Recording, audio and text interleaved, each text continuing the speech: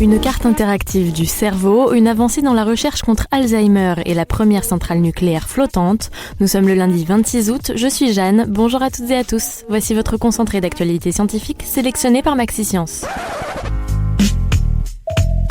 La différence entre l'homme des cavernes et nous, c'est le résultat de la science. Et ce n'est pas une opinion, c'est de la science. Notre monde n'est pas si moche. Des scientifiques américains ont mis au point des cartes interactives du cerveau capables de prédire quelles régions sont activées par différentes catégories de mots. Le but est de parvenir à deviner ce que pensent les participants pour mieux comprendre les troubles de la parole, de la dyslexie à l'aphasie.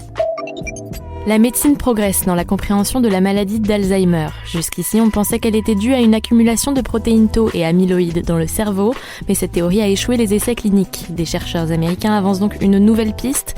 Alzheimer pourrait être dû à une obsolescence de lysosomes, qui sont les centrales de recyclage cellulaire. Et si la clé contre le cancer de la prostate était le soja? Des scientifiques viennent de montrer que les souris qui en consommaient avaient développé 44% moins de cancer que les autres. Selon les chercheurs, tout est dû aux isoflavones contenus dans le soja. Ces substances sont en effet très similaires aux œstrogènes qui sont soupçonnés de réduire le cancer de la prostate puisqu'ils agissent contre la testostérone.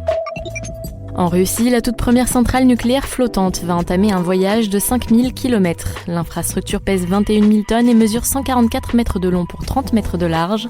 Elle va prendre entre 4 et 6 semaines pour traverser l'Arctique afin de rejoindre son port d'attache en Sibérie orientale. C'est tout pour aujourd'hui, merci pour votre fidélité. Pour en savoir plus sur les news du jour, n'hésitez pas à consulter le site de MaxiScience. On vous dit à demain pour de nouvelles actualités scientifiques. Voilà. Il ne reste plus qu'à vous remercier de votre attention. Au revoir.